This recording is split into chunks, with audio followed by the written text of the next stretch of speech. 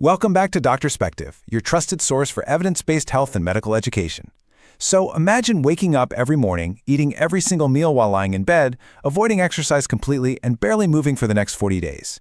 Now, I know what you're thinking. It sounds kind of relaxing, right? Maybe even like the ultimate vacation. But inside your body, a silent, shocking chain reaction begins. Your muscles start weakening, your heart becomes way less efficient, your metabolism slows down, your digestion suffers, and even your brain and immune system can be severely affected. In today's explainer, we're going to explore the actual science behind prolonged inactivity. We'll reveal what happens to your body week by week, separate the medical facts from common myths, and explain why even a few minutes of daily movement can literally make a life-changing difference. So, stay with us until the end, because the final lesson we cover today, it could completely change the way you think about your daily routine. This is Doctorspective, where science meets better health. Okay, let's dive into this. Most people think the absolute worst thing that can happen from staying in bed is, just gaining a little bit of weight. We have this fantasy that resting for 40 days just means we get a little lazy or slightly out of shape. But what modern medical research actually shows us is that prolonged physical inactivity is so much more than that. It affects almost every single organ system in your body. It's not just hitting a pause button on your health. It's a visceral reality of rapid, systemic decline. So here is our roadmap for today's explainer. 1. The 40-day bed rest. 2. Week 1, muscle atrophy. 3. Week 2, systemic slowdown. 4. The hidden internal toll. And finally, 5. The road to recovery. All right, let's kick things off with part 1, the 40-day bed rest. The most crucial thing to understand here is that your body is incredibly efficient. Actually, almost too efficient. The very moment your physical activity drops, your body immediately begins adapting to this new, super sedentary normal. Across our 40-day timeline, you can see how rapidly these biological changes are going to compound.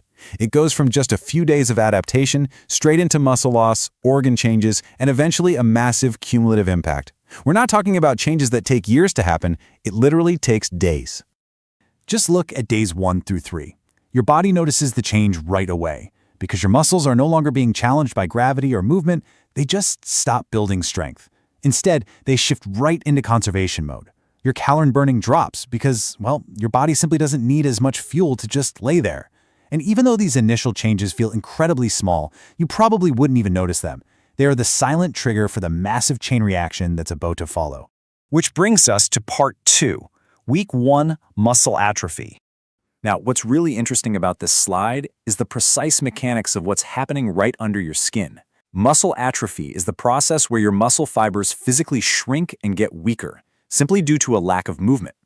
Without that daily mechanical stress, your body essentially decides, hey, I don't need to maintain all this heavy, energy-expensive muscle tissue anymore. So it starts breaking it down. It all comes down to this harsh, golden rule of biology. Use it or lose it. It really is that simple. Your muscles are strictly governed by this principle. When they're deprived of movement, your body reallocates its resources and you quickly lose what you aren't actively using. And wow, the symptoms hit fast. Your legs start feeling weak, you'll suddenly have a really hard time climbing a standard flight of stairs, your endurance drops, and your balance is noticeably reduced. The scariest part about this? Even perfectly healthy adults will feel these effects and lose noticeable muscle strength after just 7 days of very low activity. 7 days? Let's move on to part 3, week 2, systemic slowdown. By day 14, the damage moves directly from your skeletal muscles into your vital organs. And we forget this all the time, but the heart is a muscle too.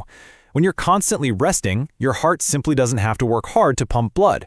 So just like your biceps or your quads, its conditioning begins to drop. Now, your heart isn't failing, but its efficiency absolutely plummets. This is why, after a couple of weeks in bed, walking even short distances can leave you completely out of breath and just totally wiped out. And right alongside your heart, your metabolism experiences a massive crash.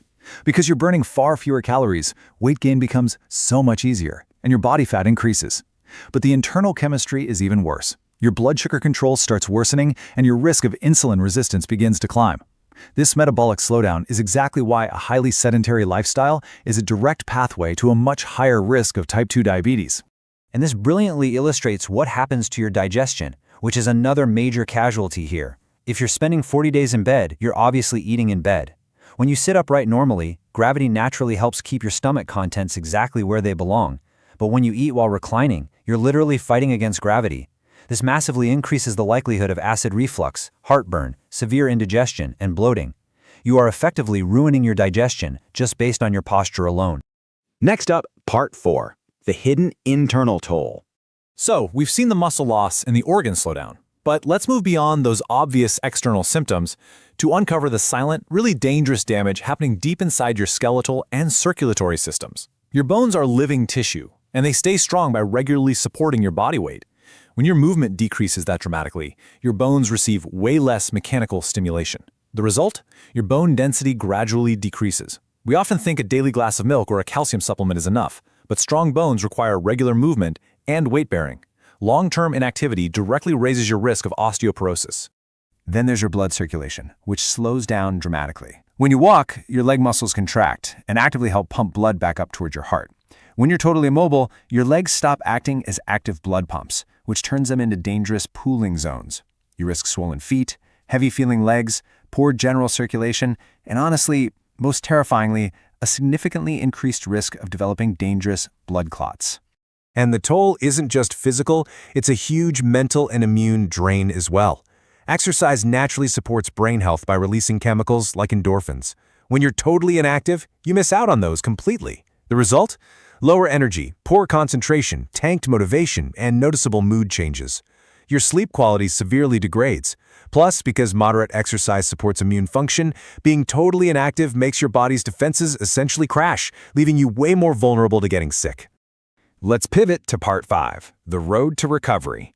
So the crucial point is really looking at this massive cumulative toll waiting for you at the end of 40 days. Reduced strength, lower stamina, weight gain, poor cardio fitness, slower metabolism, digestive discomfort, low energy, mood changes, and poor flexibility. Every single system has been compromised to some degree. It is a stunning amount of total body damage. But here's the big question. Can the body recover from all this? And the answer is a resounding yes.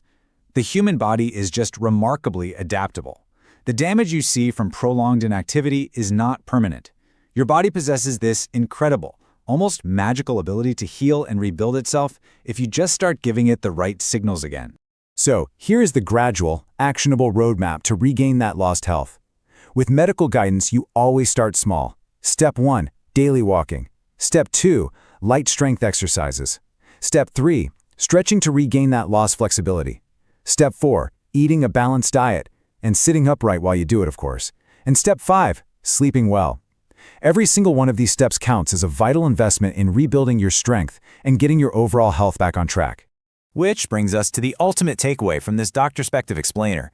Your body is fundamentally designed to move. When you stop moving, it doesn't just rest, it actively begins to dismantle itself. Prevention is absolutely always better than treatment. So I'll leave you with this question. Will you let your body slowly adapt to decay, or will you choose to move right now? Stay active, stay healthy, and we'll see you in the next explainer.